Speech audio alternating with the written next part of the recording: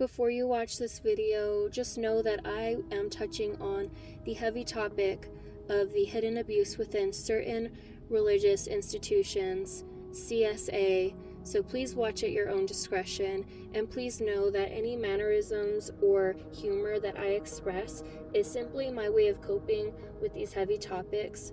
This was a spur of the moment type vlog in my car, get something off my chest, and thank you for watching. Y'all are gonna have to forgive the awkward lighting and shadows. There's something I need to get off my chest. There's a pickle I need to poke, is that the term? Okay, so I was doing a job search, right? I want a job where I'm happy, I feel confident in my career. I want something that aligns with my son's schedule if possible, or as much as I can, to be there for him. I'm a single parent. I need to have hours that align with my son's as much as I can. And so, I'm looking for jobs in my city, of course, but this one still pops up on my feed, and all it said was house parent role for a school. So I'm like, well, first of all, my expressions here are a result of my instincts feeling like something was seriously off here, and also questioning, why are we blurring the lines of this relationship where we're putting house parent into a job role where you're employed for a school? It just felt a little odd to me. I got questions because I'm a parent. I like to be at the house. I would love to work at a school if I could, for that reason alone, and I love kids. And sorry, I'm in a high traffic area if I look off. So I'm just reading at this point. I'm like, how does this even exist in my city? What? I'm a public school girl. I was kind of like, huh? And so I read into it. And it says, we're going to relocate you. You're going to live on campus in a home, and you're going to be well taken care of. You'll be assigned a group of 8 to 12 kids. They're a school that covers children pre-K to 12th grade, which I'm like, well, that sounds a little bit crowded, but okay. It says they're a school specifically for kids with troubled or disadvantaged backgrounds. Something like that was their wording. The roles include, you have to be a parental, you're going to live on campus, you're going to look after this group of kids, you have to take care of them. One of the responsibilities includes giving them medication. I'm a little bit concerned, but that sounds really nice, right? The kids that need support will have a place to get support. So I'm still reading. And then it says, the number one qualifier to get that job is you have to be a married couple, married at least 2 years. Otherwise, you don't qualify at all. So already, I don't qualify for this role as a single person, which, okay, sure.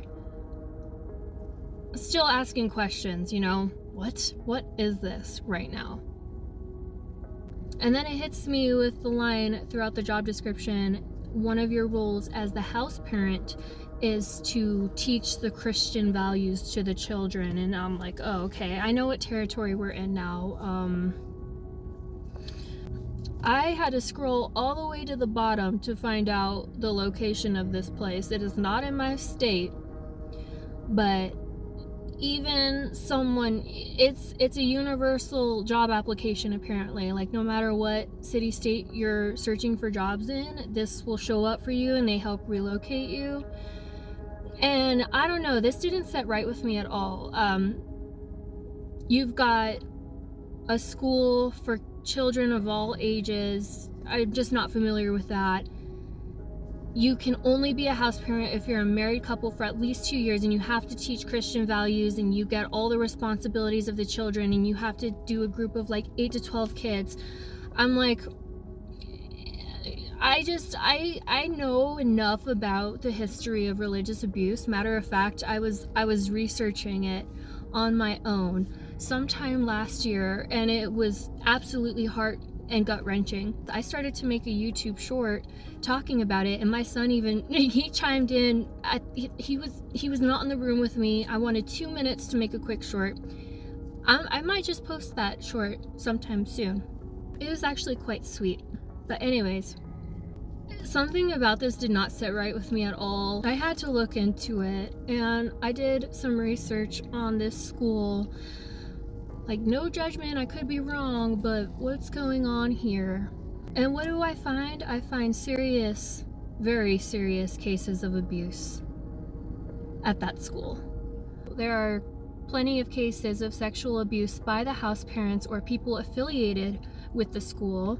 In 2015, a house parent at the school was charged with sexual assault of an 8-year-old girl. In 2016, another former house parent pled no contest, being accused of touching an 8-year-old girl. There's a scandal from 2010. The school quietly paid $3 million to settle with 5 former students who were sexually abused by a man named, should I name drop? Will I get in trouble? They're so established and rich and like controlling. Will I get allegedly? Should I name drop? His name was Charles Coons II. He'd been convicted of molesting multiple boys, including at least one from the school. He gained access to the kids by working at that school, of course. In 2011, 13-year-old honor roll student, lawsuits with kids with disabilities. They paid $700,000 to settle that. Discrimination against kids with HIV. There have also been lawsuits from former house parents who alleged mandatory evangelical Christian programming and the punishment or threats for non-evangelical beliefs or sexual orientation. They have required prayer sessions, and the list goes on, and multiple allegations of many types of discrimination, religious, sexual, you name it. There's multiple mental health concerns, questionable handling of vulnerable students. One student who battled severe depression and suicidal thoughts, who was hospitalized off campus, then sent back, then soon after tragically died by suicide.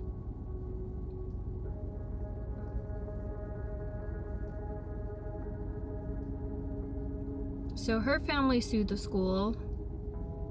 Of course, the school countered it. There's no accountability, just covering it all up. Does that sound familiar to you? And there's, of course, allegations of heavy-handed enforcement and discipline, lack of privacy, rigid structure, complaints about culture. Former students in media have described the experience as a survival test, noting that, depending on the house parents, some experiences were warm and affirming while others were rigid and authoritarian, which raised questions on whether the school drifted from its original mission statement. So it's just facts that life-altering cases of abuse have occurred within this institution, acts of discrimination, harm to vulnerable children, as far as the lack of care that led to a certain death of a child. So the issue is not creating a space to help children, it's the structure of the places like this that create the perfect environment for certain people to commit abuse and control in the name of religion.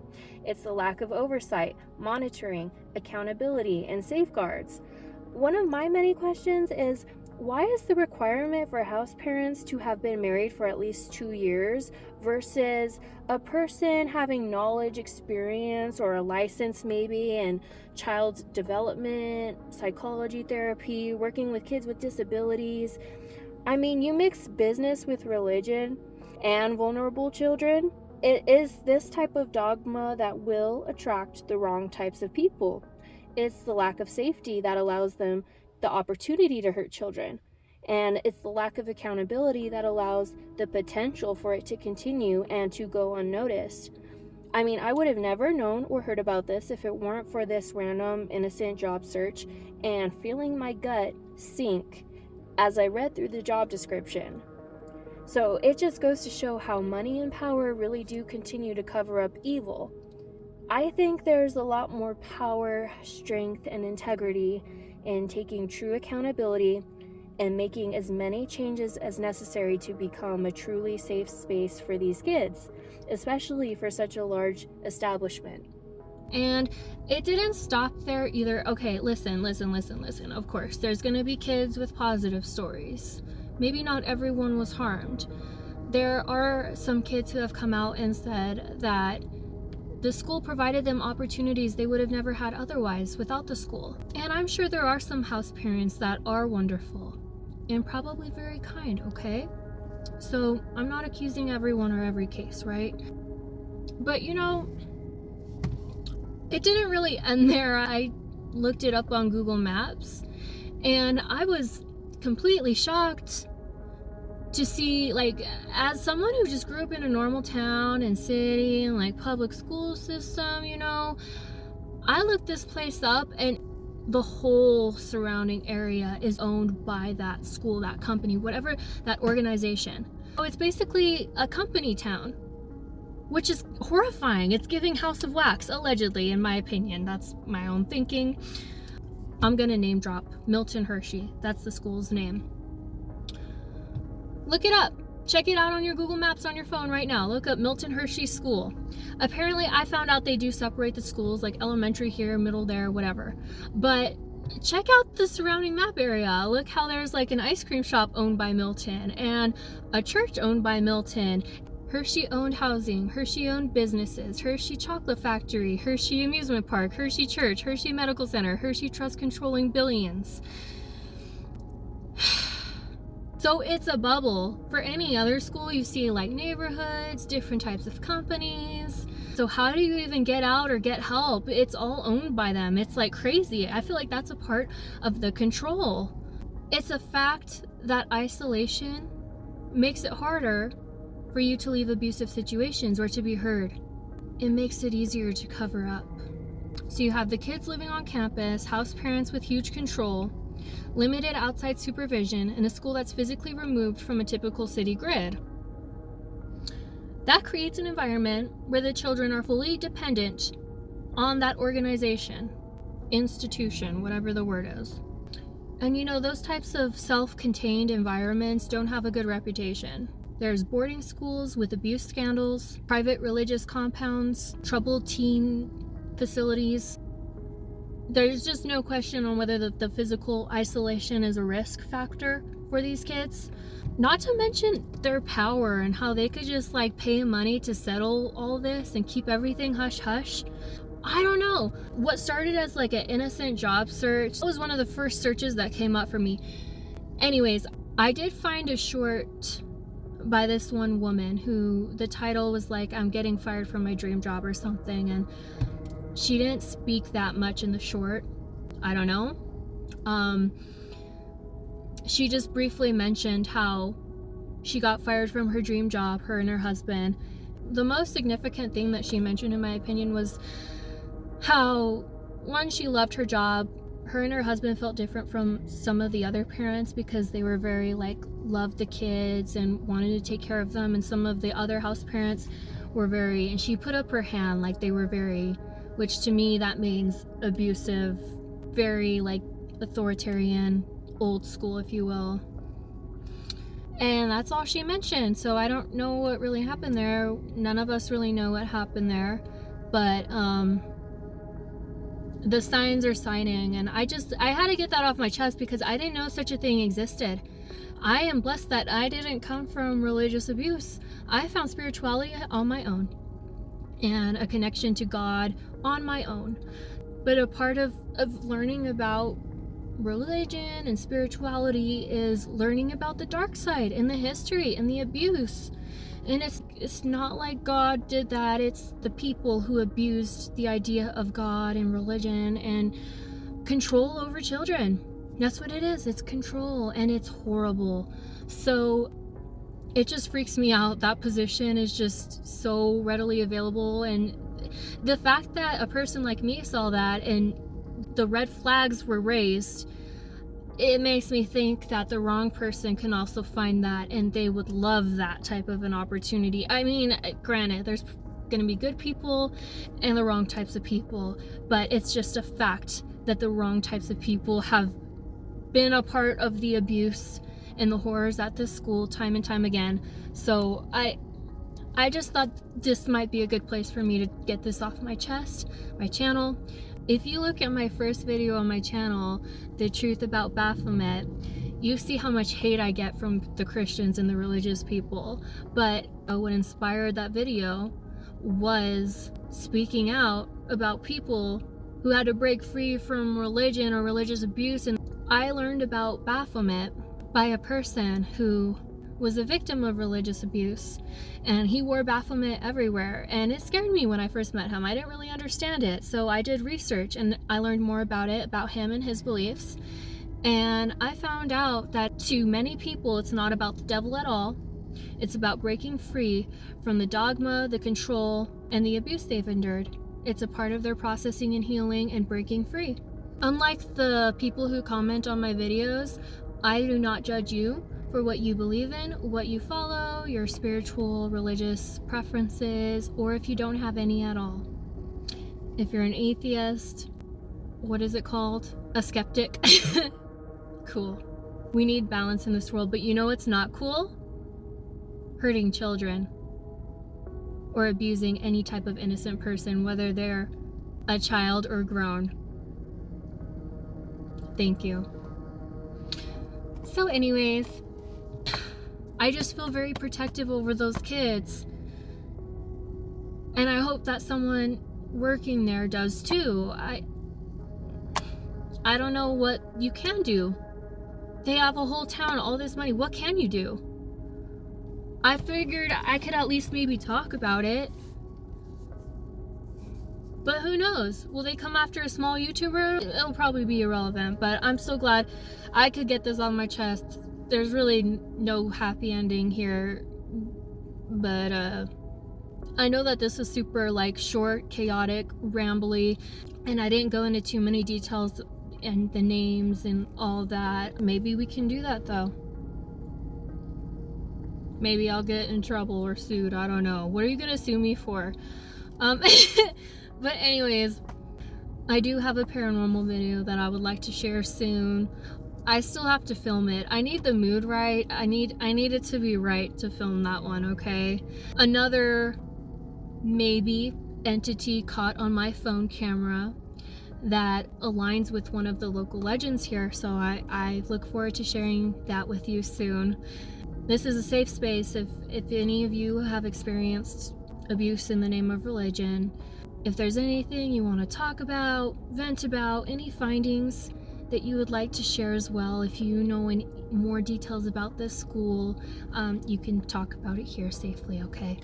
Check out my shorts sometime soon. I'll share that reel I filmed like a year or so ago. I hope to see you soon for another video.